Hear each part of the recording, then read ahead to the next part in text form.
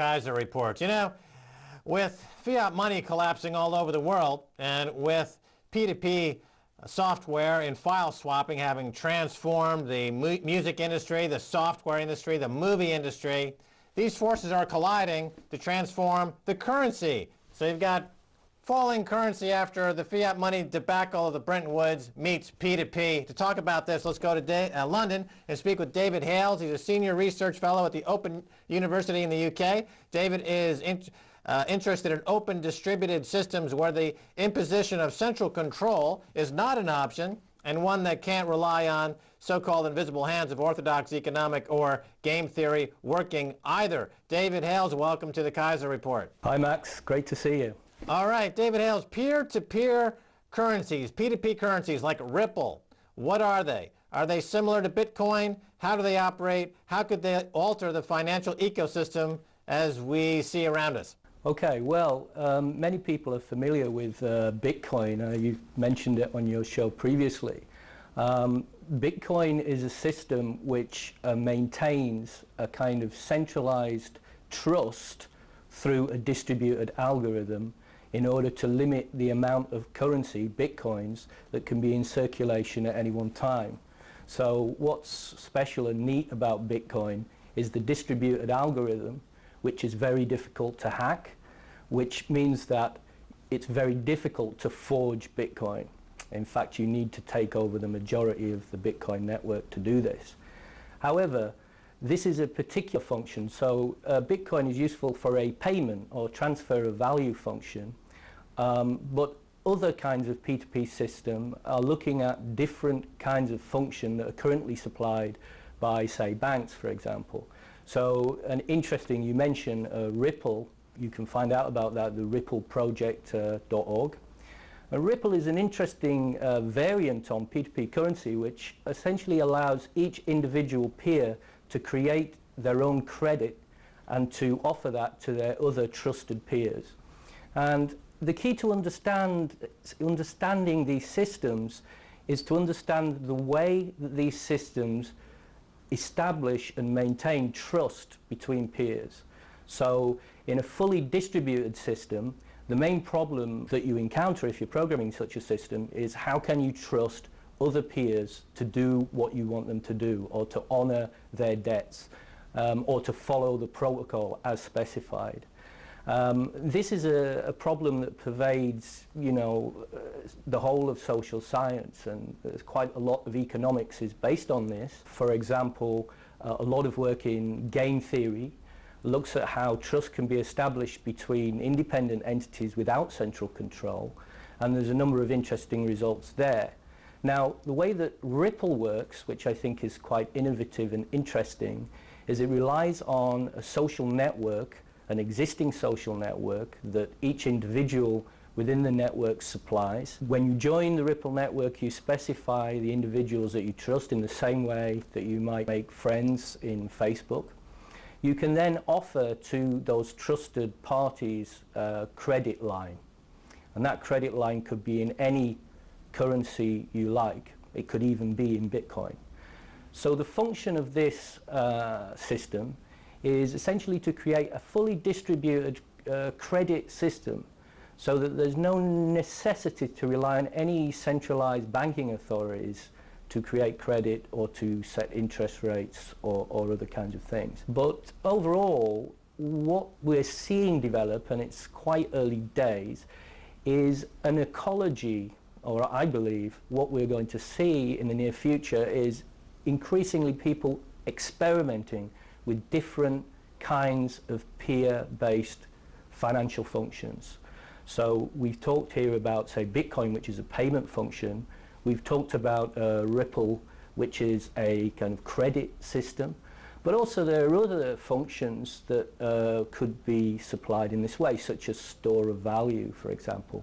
Okay, so let me cut in here, David Hales. To put this in the context, what's driving these virtual currencies or P2P currencies or this new wave of digital currencies is the fall of trust. in the banking system, a fall of trust in the central banking system. Ron Paul in America is running on president in distrust of the Federal Reserve. The people in Europe don't trust the ECB, the Troika, the IMF, and the World Bank. All these institutions have fallen on hard times as people simply don't trust them anymore. They've been exposed as front men and shills for a vested oligopoly and a centralized banking system that is merely rent-seeking and not interested in making a market, not interested in a distributed economy where risks and rewards are equalized in some way. So in that void, we see the emergence of these new virtual currencies in this exact same way we saw in the software market with the emergence of open source. The same thing in the music market with Napster, which totally transformed the music industry. For those who have been critical of Napster, it did completely fundamentally change the music industry for the better.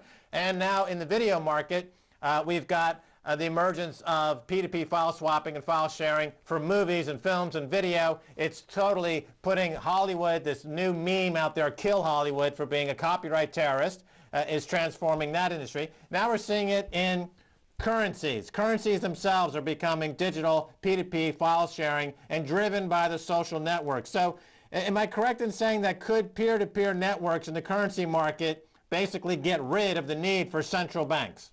Potentially, yes. I think you're absolutely right in your analysis there, Max. Potentially, yes, but it's early days. What I think is a prerequisite to getting to the stage where there are realistic alternatives which don't require centralized governmental or banking functions is to create an ecology. In the same way that BitTorrent has flourished through an ecology of different clients, and also more recently an ecology of private communities, or what's sometimes called BitTorrent darknets, which compete for membership. And through that competition for membership, you have a selective process. And what this creates is a kind of competition which is slightly different from a traditional market. It's an ecology of competing commons, if you like.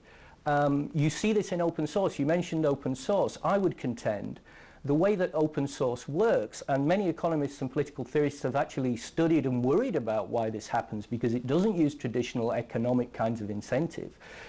If you look at Yochai Benkler's Wealth of Networks book, Yochai Benkler from Harvard, who came up with the term, peer production, as the idea that individuals can collectively produce informational and other products for themselves, okay, without traditional market incentives. And what's interesting is if you have an ecology of such possibilities, then those entities, call them open source projects, are competing for the limited resource of people's time and effort. And therefore, you have a kind of selective process which isn't a traditional market, but it is competitive and it is free. Because what the conditions to make this happen are that you have a sufficient ecology of groups, and the individuals are free to move between those groups, and the individuals also can start new groups easily, and that failure of a group doesn't have major effects or cascade effects across the entire ecology. So overall, I agree with your analysis, but what I would say is that in order to reach a point, many people are losing trust in centralized entities for various reasons. But in order to provide the services that those centralized entities currently do provide in some perhaps limited way, alternatives need to be created. But it isn't the case that there will be a single alternative, such as, say, a Bitcoin or a Ripple. What will be the case is an ecology of changing and evolving systems, and the individuals will be free to move between those systems, and also in the open source spirit, free to be involved. The source code will be open, so people can understand the rules that are governing their communities, which is something that creates trust. Right, let me make some comments on this to put this into context for folks who are just coming to this. What you're describing in terms of there being multiple versions of these open source type currencies is competition. And competition, free competition, market competition, is good ecologically speaking, the same way that in the ecology you want diversity.